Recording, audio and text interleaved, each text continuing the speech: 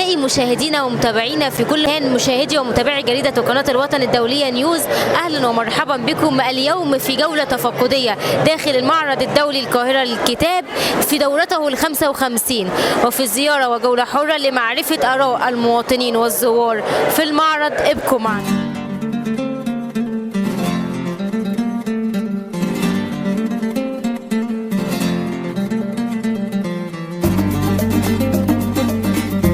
أعزائي مشاهدي ومتابعي جريدة وقناة الوطن الدولية نيوز، معانا أحد الزائرين بمعرض القاهرة الدولي للكتاب. أهلا وسهلا بيكي، نتعرف. أهلا بيكي، أنا دكتور دينا دويدار، صحة نفسية، ومبسوطة قوي عشان جيت النهاردة شفت المعرض الجميل والتنظيم الجميل ده. والله بصي، هو أنا بهتم بالجانب النفسي أكتر، يعني بركز في الكتب اللي هي مهتمية أكتر بعلم النفس وبالصحة النفسية. بس المعرض إجمالا أنا شايفة فيه كم هائل وكم كبير جدا من الكتب ومختلفة بكل الأنماط بكل الأشكال، فأنا مبسوطة جدا. رأي حضرتك النهاردة في معرض القاهرة الدولي للكتاب؟ ما شاء الله التنظيم هايل السنة دي، في عدد كتير قوي من الناس ما شاء الله، وتنظيم هايل قوي.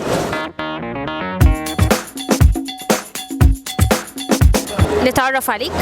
عبد العزيز ياسر في الصف السادس الاعدادي.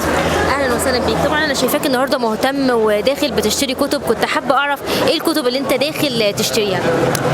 كنت عايزه اشتري اللي هو الدكتور عماد راشد والدكتور ابراهيم الفقي، لكن لسه بدور على كتبهم. لسه بدور عليهم. وايه اللي انت اشتريته؟ اشتريت كتاب شبرمان ليان يوسف وستائر شفيفه وشبه يشبه الحياه. طب ايه اللي لفت نظرك في الاسماء؟ هو انا بصراحه ما بهتمش بالاسماء والغلاف، انا كل كتاب بشتريه بقرا منه اللي هو نص صفحه سطرين 3 كده عشان اتاكد ان هو هيعجبني وانا هقراه. تمام.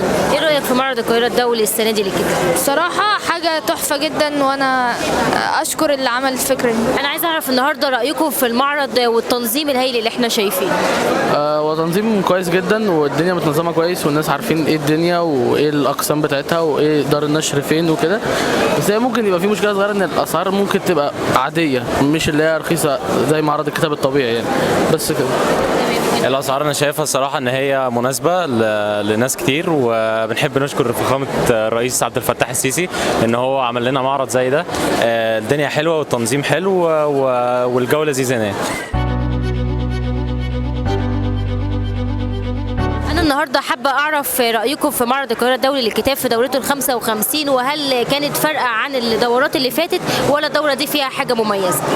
الدوره دي حلوه وكل حاجه، والاسعار متظبطه على قد الايد، بغير ما كان بره الاسعار قادرين عليها، وغير الدوره اللي فاتت خالص. يعني انت شايف ان الدوره دي دوره مميزه؟ التنظيم احسن بكتير من المره اللي فاتت، والاسعار يعني كويسه لا احسن بكتير من المره اللي فاتت، والاسعار كتب مناسبه يعني. النهارده طبعا كنا حابين نعرف الدوره ال55 لمعرض القاهره الدولي للكتاب، هل كان فيها جذب للمواطنين والزوار اكثر من الدورات اللي فاتت؟ كل سنه زوار المعرض بيزيدوا رغم كل الظروف اللي موجوده، لكن كل سنه زوار المعرض من الشباب والكبار في السن حتى موجودين بيزيدوا من سنه لسنه، فالسنه دي في اقبال اكبر. هل الاسعار في متناول الجميع؟ لا، السنه دي غير مش في المتناول، لان الورق كان زايد سعره، فطبعا الاسعار زادت، فبنحاول نعمل خصم يناسب الناس، ونتمنى ان هو يعني يلقى قبولهم ان شاء الله.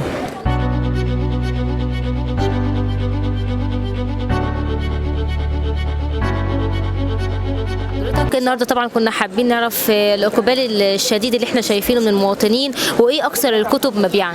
لا ما شاء الله الدوره السنه دي من افضل الدورات اللي موجوده، والاقبال ما شاء الله ممتاز جدا.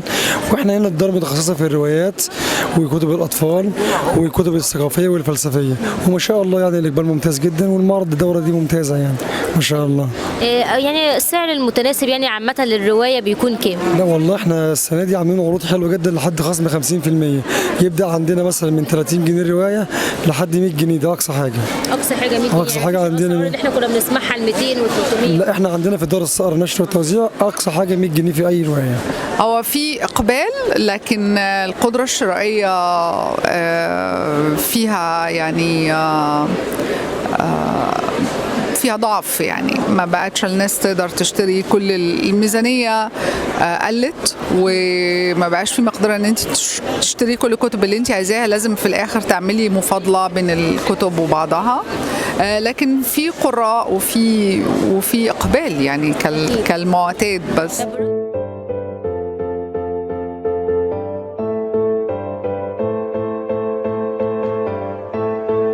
لاحظنا اقبال كثيف من المواطنين والزوار على حاجه جميله جدا احنا دلوقتي هنشوفها معانا في الكاميرا، فوم التلوين. هنسال استاذ محسن، نتشرف بيك. اهلا وسهلا بحضرتك يا فندم. اهلا وسهلا بيك حضرتك. احنا طبعا شايفين حاجه فوم التلوين باشكال مميزه ومختلفه، احنا عايزين نعرف ده الاقبال اللي عليه ازاي وكيفيه تصنيعه. عايز اقول لحضرتك احنا يعني بنأمل دائما يعني وبنسعى ان احنا نعمل فكره جديده، حتى الدار بتاعتنا ابتكار وابداع. بنفكر ان احنا نعمل حاجه جديده تكون امنه للاطفال، اللي احنا جربنا قبل كده حاجه في الجبس والاشكال ديت عملناها من الجبس، يعني بتسيب اثر في الاطفال، لا قدر الله لو طفل صغير حطها في بقه او حاجه ممكن تاثر عليه. لكن الفوم دوت كثافه 17 بيور، والسمك بتاعه مميز جدا، والطبعه بتاعته طبعا امنه جدا للاطفال، والوانه زي ما حضرتك شايفه الوان الميه ممتازه جدا بتثبت عليه. وفي امكانيه كمان اكتشفناها ان احنا بميه فتره ممكن نوقع اللون ده تاني عشان هو الوان ميه ونعيد تاني تلوينه، فبمنتهى الجمال طبعا. وفي اكتر من 3 احجام زي ما حضرتك شايفه، والاسعار في طبعا استاذ حماده هيكلمنا في المتناول، يعني الاسعار في المتناول الجميع. طبعا ده كلام يعتبر بسيط جدا. انا شايفه اقبال كثيف من المواطنين والزوار على المعرض السنه دي، وخصوصا على الدار بخصوص كمان فوم التلوين. انا كنت حابه حضرتك تكلمني عنه.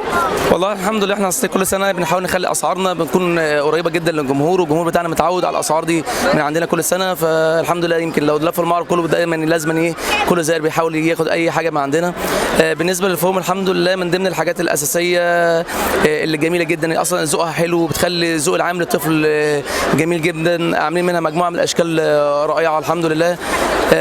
جميل بقى ان هو بخلاف الخامات الثانيه نهائيا، يعني كنا عاملين قبل كده جبس برضو، لا ده احسن من الجبس بكتير، خفيف، حاجه امنه جدا للاطفال، ممكن نلونه ونعيد تلوينه كذا مره ما فيهوش اي مشكله نهائيا.